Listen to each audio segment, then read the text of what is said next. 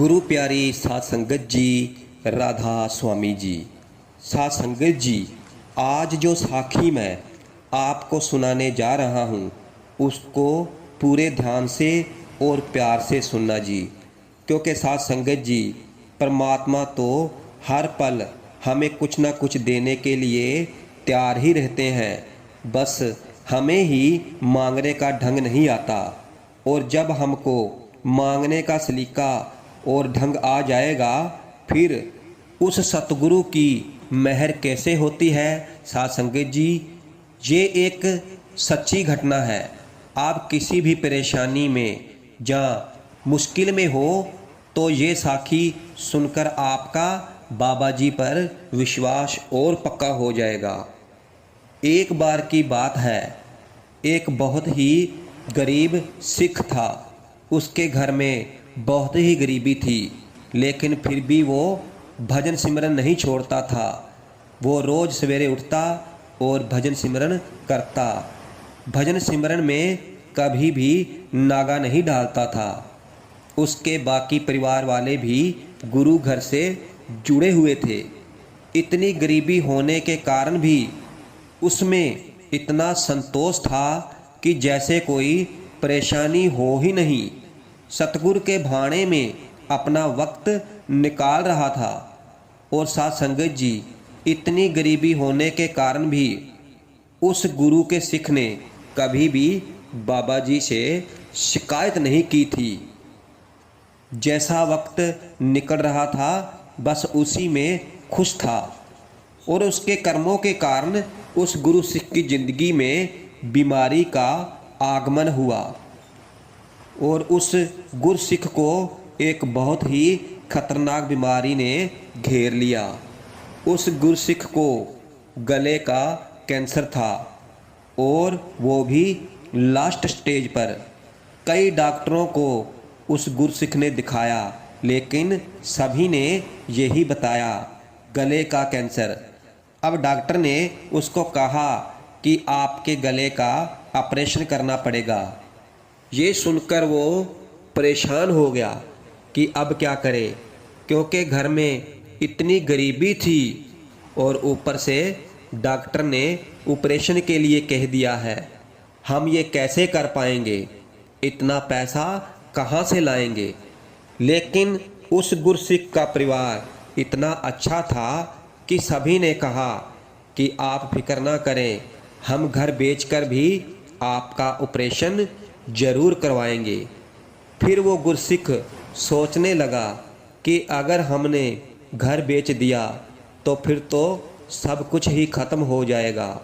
हमारे पास जो थोड़ा सा रहने का ठिकाना है वो भी चला जाएगा और हम बेघर हो जाएंगे।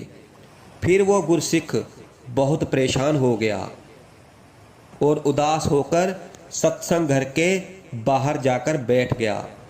और उधर उसके घर वाले घर बेचने की तैयारी कर रहे थे।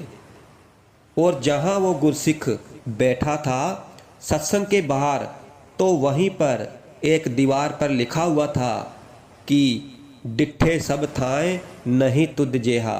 साध संगत जी, इसका अर्थ है कि सारे लोग देख लिए हैं, लेकिन तेरे दर जैसा कोई नहीं है मेरे सच्चे सतगुरु।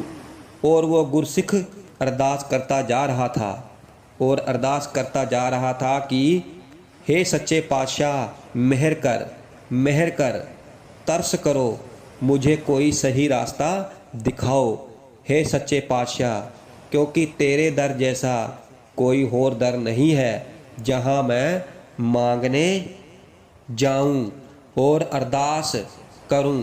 तो हे सच्चे पातशाह, मेरी परेशानियों को दूर करो मेरे सच्चे पातशाह। और साध संगत जी, अगर बाबा जी का प्यारा सच्चे दिल से अरदास करे और बाबा जी आए ना, तो ये तो साध संगत जी हो ही नहीं सकता है। क्योंकि साध संगत जी, सतगुरु तो हमारे लिए भंडारे खोलकर बैठे हुए हैं, बस हमें ही विश्वास नहीं है।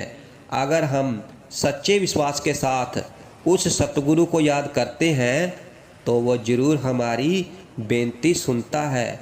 तो फिर क्या हुआ साध संगत जी, जब वो अरदास कर रहा था तो सतगुरु को पुकार रहा था, उस गुरसिख को जोर से खांसी आई और जब वो खांसा तो उसके मुंह से 100-150 ग्राम मांस का टुकड़ा उसके मुंह में आ गया और कोई खून भी नहीं निकला। उसके बाद गुरसिख अपने आप को हल्का महसूस करने लगा और उसका दर्द भी गायब हो गया और वो हैरान हो गया और उसकी आंखों से सतगुरु के प्रति शुक्राने के आंसू बहने लगे थे। वो गुरसिख रोता जा रहा था और बाबा जी का शुक्राना करता जा रहा था और अब उसको यकीन हो गया था कि उसकी बीमारी पूरी तरह से ठीक हो गई है। और फिर वो सतगुरु जी का शुक्राना करने में लग गया और भजन सिमरन करने लगा और कई घंटों तक भजन सिमरन करता रहा। और जब वो समाधि से उठा और खुशी खुशी अपने घर गया और अपने परिवार वालों को सब कुछ बताया, लेकिन किसी को यकीन ही नहीं हो रहा था।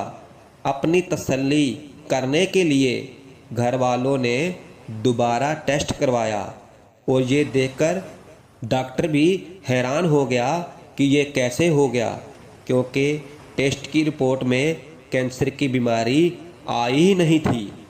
फिर उस गुरसिख के 3-4 बार टेस्ट किए गए मगर उस गुरसिख के बीमारी का नामो निशान ही नहीं था। तो साध संगत जी, अगर अपना विश्वास पक्का हो फिर कोई भी बड़ी से बड़ी परेशानी, चाहे कोई भी बड़ी से बड़ी बीमारी हो, सतगुरु बाबा जी उसको ठीक कर देते हैं। इसलिए साध संगत जी, हमें भी रोज़ाना सुबह उठकर उस मालिक का शुक्र अदा करना चाहिए और भजन सिमरन करना चाहिए, क्योंकि छोटी मोटी परेशानियां तो आती ही रहती हैं। हमें कभी भी डोलना नहीं चाहिए, क्योंकि वो मालिक, वो परमात्मा हमेशा अपने बच्चों के अंग संग ही रहता है और अपने बच्चों की हर ख्वाहिशें पूरी करता है। अगर हमारा सतगुरु के साथ सच्चा प्रेम बन जाता है तो साध संगत जी, वो सतगुरु हमारी जहाँ भी मदद करता है और वहाँ भी हमारी मदद करता है। इसलिए हमें 24 घंटों में से केवल 2.5 घंटे सतगुरु के लेखे लगाने चाहिए, सतगुरु को याद करना चाहिए, सतगुरु का शुक्रियाना अदा करना चाहिए।